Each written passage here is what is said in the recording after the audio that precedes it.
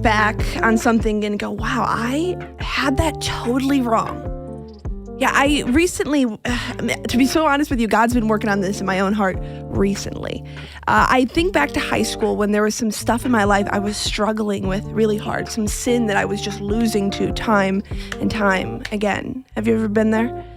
For me, I'm a very visual person, and so in all of this confusion, I wrote out a visual for myself because it helps me to understand what I was feeling. I wrote out the visual of me being in a fighter's ring, and I'm geared up. I've been trained to fight against this enemy. God is my coach in the corner, and every time I go out into that ring, I get clobbered. So I turn around to my coach, and I saw God, and saying, you can do it, you can do better, you can fight. And every time I lost, I left myself so confused that no matter how hard I tried to grin down and bear and deal with and fix the sin in my life, it wasn't working. Well, recently, I saw a story from D.L. Moody. He asked an audience, he held up a cup of water and said, do you know how you get the air out of this cup? It's not by suctioning the air out. It's going to create a vacuum. That won't work. It's not by scooping the air out.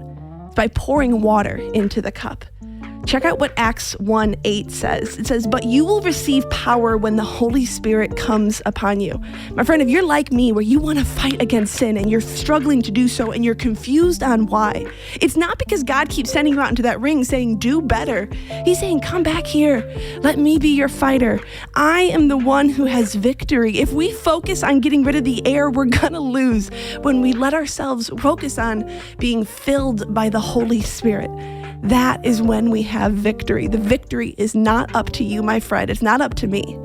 It is up to the Holy Spirit. And the great news that we have is that it is God who has the victory.